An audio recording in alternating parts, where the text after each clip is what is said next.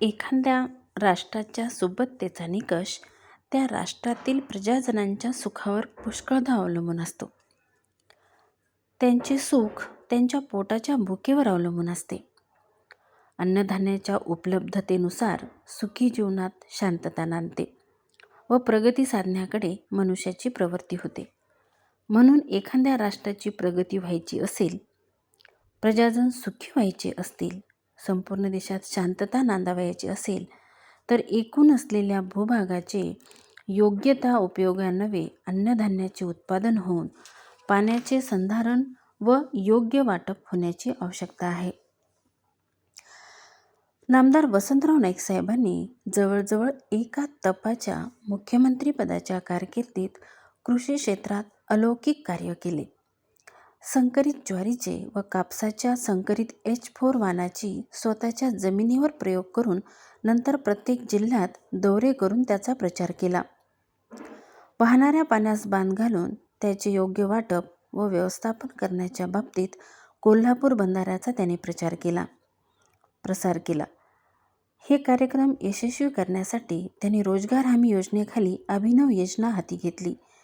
त्यांच्या या निष्ठापूर्वक कामगिरीमुळे अन्नधान्याच्या व तेलबियांच्या बाबतीत जो महाराष्ट्र सदैव तुटीचा होता, तो स्वयंपूर्ण होऊन आज अन्नधान्य, तेलबिया, दूध यामध्ये स्वयंपूर्ण झाला आहे. त्याचबरोबर फुले, फळे, भाजीपाला यातही निर्यातदार झाला आहे. नामदार वसंतराव नाईक साहेब हे शेतकऱ्यांचे मित्र होते. त्यांनी शेती आणि शेतकऱ्यांच्या हिताचा सतत पाठपुरावा केला. त्याचाच एक भाग म्हणजे त्यांनी एक स्वायत्त संस्था स्थापन केली. त्या संस्थेचं नाव आहे महाराष्ट्र राज्य कृषी पणन मंडळ. या संस्थेची स्थापना अधिनियम 1963 या अधिनियमाखाली झालेली असून या संस्थेचा मुख्य उद्देश हा होता की शेती उत्पन्न, फळे, भाजीपाला, कृषीजन्य व वनजन्य उत्पादनाची खरेदी विक्रीचे नियमन करण्यासाठी ज्या काही बाजार समित्या स्थापन झालेल्या आहेत त्यांचा विकास करणे. त्यानंतर ह्या बाजार समित्यांच्या कामकाजात समन्वय साधणे. यातील मुख्य बाब अशी आहे की शेतकऱ्यांना त्यांच्या शेतमालास किफायतशीर भाव मिळावा. यासाठी बाजार समित्यामार्फत शेतमाल तारण योजना त्यांनी राबवली.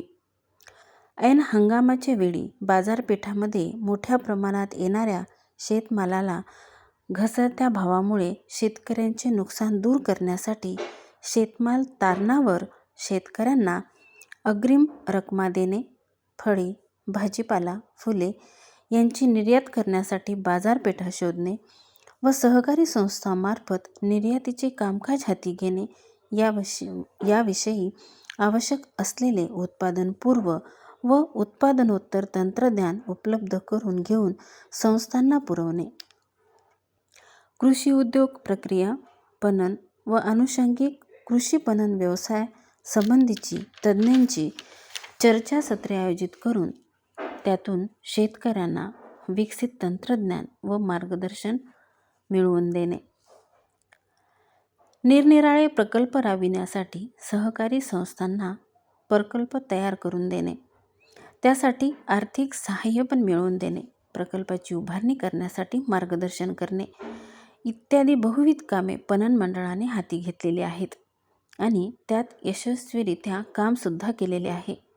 याशिवाय पणन महामंडळामार्फत बाजार समित्याकडील प्रतवारीकार, सचिव व हिशोबनीस यांच्याकरिता प्रशिक्षण वर्ग घेण्यास येत असतात. आधुनिक पणन व्यवस्थेच्या अनुषंगाने बाजारपेठांमध्ये दळणवळण त्याचप्रमाणे खरेदी विक्रीचे व्यवहार कमीत कमी वेळेत व्हावे यासाठी बाजार समित्यामधून संगणकीकरण, इलेक्ट्रॉनिक भुईकोटे, आर्द्रता मापक यंत्रे इत्यादी साधने बसवण्यासाठी पणन महामंडळ सतत पाठपुरावा करतो आणि त्यासाठी आर्थिक सहाय्य व अनुदानही देतो.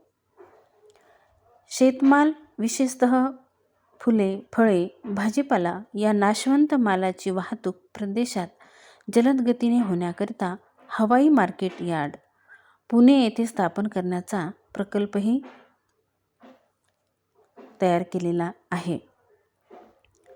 हा प्रकल्प पुणे येथे आहे.